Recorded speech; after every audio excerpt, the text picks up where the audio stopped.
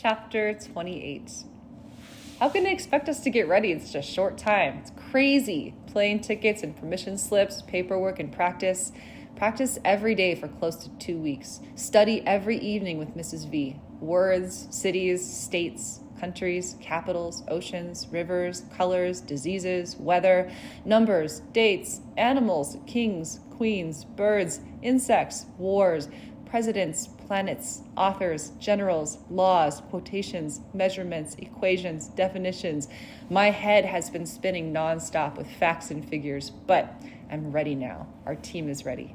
Mr. D kept his promise. The 6th highest scores from all our practice rounds were announced at the last practice session a few days ago. Of course, just like the other kids, I had been keeping a mental tally of everybody's points, so I was pretty sure I'd be one of the on-air contestants, not an alternate. Mr. Dimming almost glowed with anticipation as he made the announcement. He paced nervously. A little more and the man would be dancing. "Here we go," he said. "I feel like I need a drum roll or something." "Read the list, please," Connor shouted impatiently.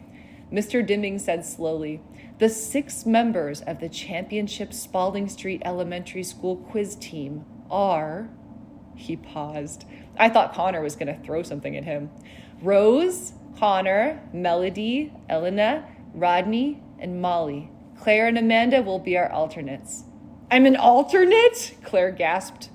"Molly beat you by 2 points, Claire," Mr. D explained. "But you still get to come with us and cheer us on and tour the city." "But it was me who helped her study," Claire said, outrage in her voice. "That is so not fair." I just shook my head and smiled a little. There is so much Claire doesn't know about stuff not being fair. Molly looked smug and not at all sorry. Her mother came to pick her up and the practice was over. "The competition is tomorrow, Thursday evening. Assuming we win, we'll have the Good Morning America appearance on Friday, followed by a trip to the White House.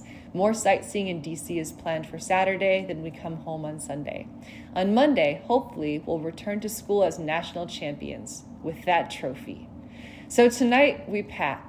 I've never been on a trip away from home before, so we have some serious planning to do. I feel crazy excited, crazy nervous. Dad bought me a bright red suitcase with wheels. It smells like inside of a new car. Touching it makes me smile. Mom and I went shopping yesterday, something we don't get to do much anymore. She let me choose a couple of new outfits with jeans, none of those practical baggy sweatsuits for this trip. As we rolled down the mall, we passed a card shop. I had a brainstorm and tapped out on my board. "Go in. Get card, please." "For whom?" Mom asked as we wheeled in there. "Catherine," I typed, "to thank her for helping me get ready." "How very grown up of you," Mom said, clearly pleased. "One for Mrs. V, too?" I tapped out. "Absolutely." The card we found from Mrs. V could not have been more perfect. The front was completely covered with hundreds of oranges, except for one blue one in the middle. Inside, it said, "You're 1 in a million. Thanks." "She'll love it," Mom said. For Catherine, I picked out a card that showed a desk full of computers and MP3 players and video games, and a young woman connected to all of them with earphones. It read, "Glad you're always there to plug into me. Thanks for all you do." "You couldn't have designed those better yourself," Mom said as she paid for the cards. "Yep, pretty perfect." Around 7 o'clock, the doorbell rings. It's Mrs. V coming over to help with the final packing preparations. She and Mom make a great team. "I've made a checklist according to Dr. Dimming's suggestions," Mom says. "Black skirt and white blouse for the competition."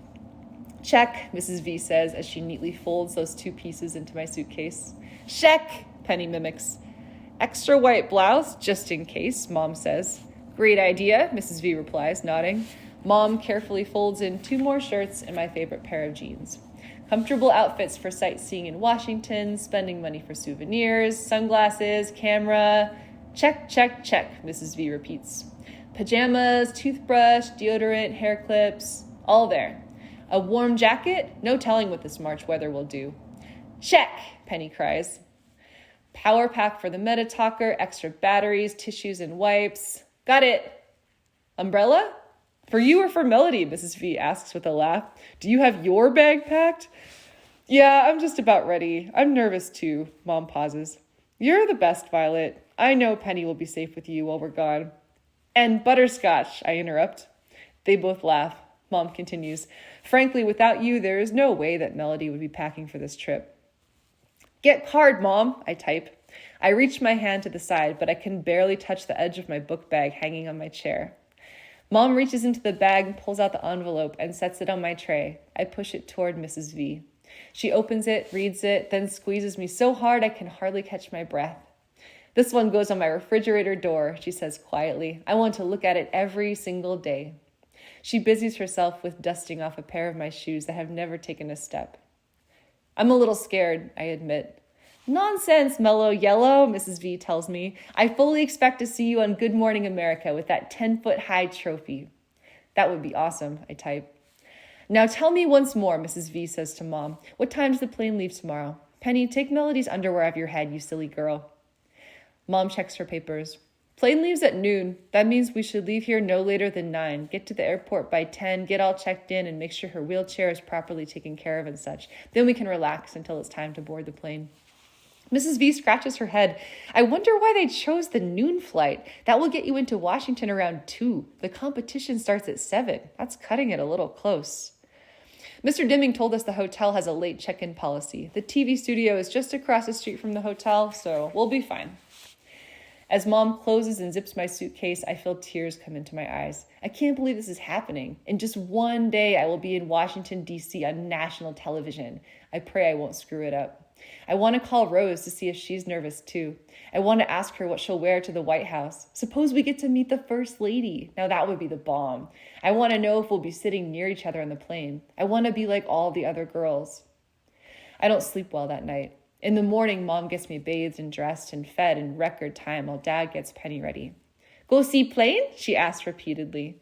Fly! Whee! Dad says as he flies her around the room in his arms. She loves it. We head outside and Mrs. V hurries over, camera in hand. She snaps pictures of me getting strapped in, my suitcase being loaded, and my brave and hopeful victory smile. Then she does it all over again with Dad's camcorder. No, we'll never be able to forget this morning. Penny darts about, chasing Butterscotch, running in circles around the car, which has been washed and shined.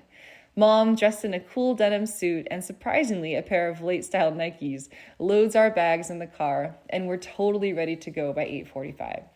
Dad takes Butterscotch back into the house, then locks the front door on his way out. All set? He asks. Let's do it, Mom yells. Even Penny can feel the excitement. She claps her hands. I can't stop grinning. Even though I know we have plenty of time, I keep wanting Dad to drive faster. I'm so afraid we'll miss the plane, or that we forgot my ticket, or that I'll throw up and we'll have to go back home. At the airport garage, we have no trouble finding a row of empty handicapped parking spaces. We unload me, my chair, our bags, and Penny and Doodle. Mrs. V snaps more photos. It seems like hours, but in minutes, we're at the check-in gate. Mrs. V pushes me. Mom carries Penny. Dad pulls a cart loaded with the luggage and Doodle. It's 10 o'clock on the dot. Hi, Mom says cheerfully to the uniformed lady at the desk. We're here to check in for the noon flight to Washington, D.C. She hands the lady our tickets. The noon flight, the woman replies with a frown. She types and clicks, purses her lips, then types some more. Finally, she looks up. I'm sorry, ma'am, but that flight has been canceled. We've had loads of cancellations today. A late winter snowstorm in the Northeast that's caused backups all over. Canceled? My stomach starts to gurgle. Snow? Mom's voice sounds thick. But the weather here is sunny and clear.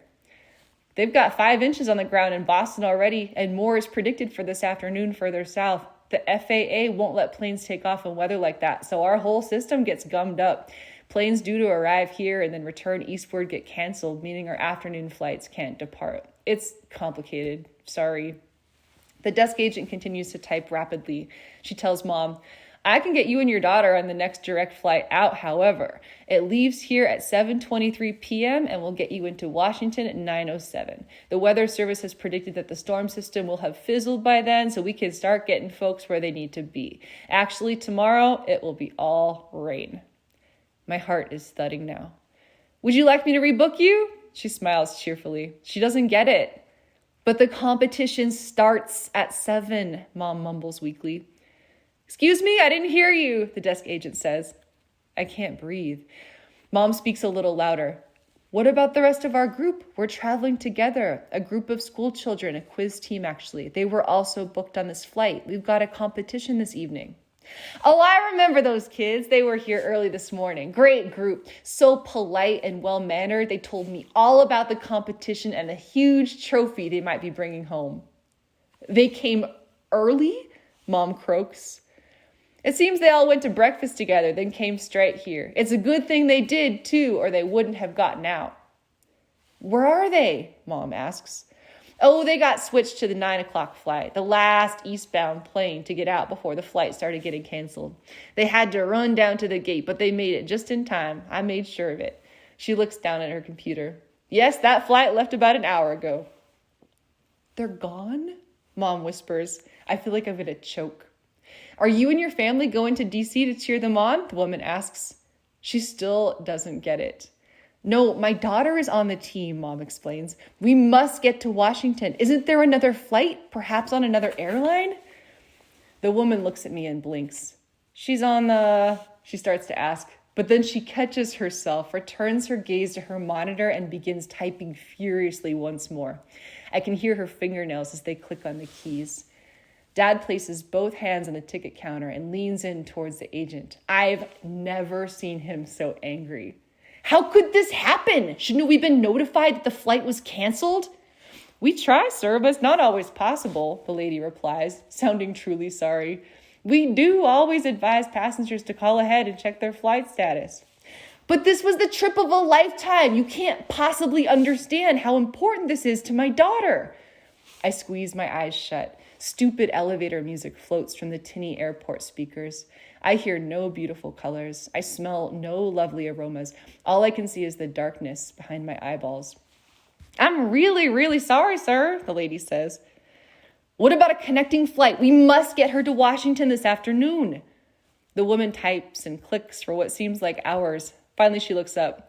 There are no other flights to D.C. on any other carrier, sir, nonstop or otherwise. The weather system has grounded everything. There will be nothing until later this evening.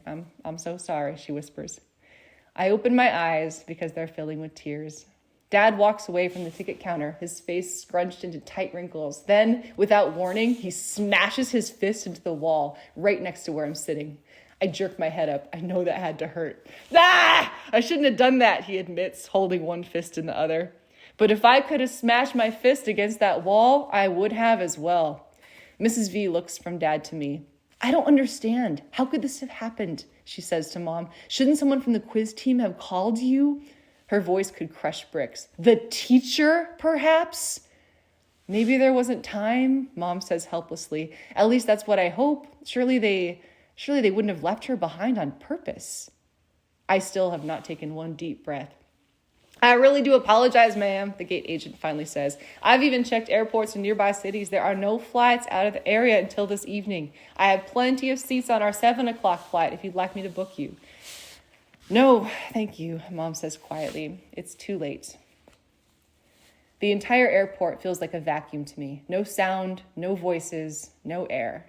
Mom walks slowly towards me. I sit there in my new blue and white outfit with new matching tennis shoes next to my new shiny red suitcase, feeling very, very stupid and angry. How could they do this to me?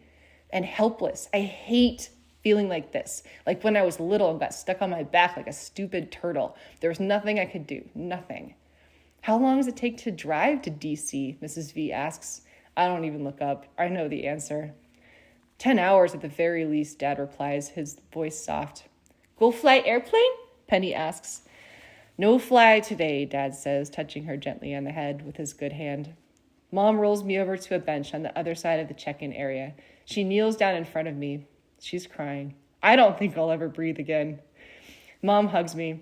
It's going to be okay, sweetie. You're still the best, smartest, most wonderful girl in the world. Somehow we're going to get over this. No, I won't. Mrs. V wipes her eyes as well. She sits on the bench and takes both my hands in hers. Oh, baby girl, I know this is hard, but there is just no way to get you to Washington. I just sit there. The morning started out like crystal, but the day has turned to broken glass.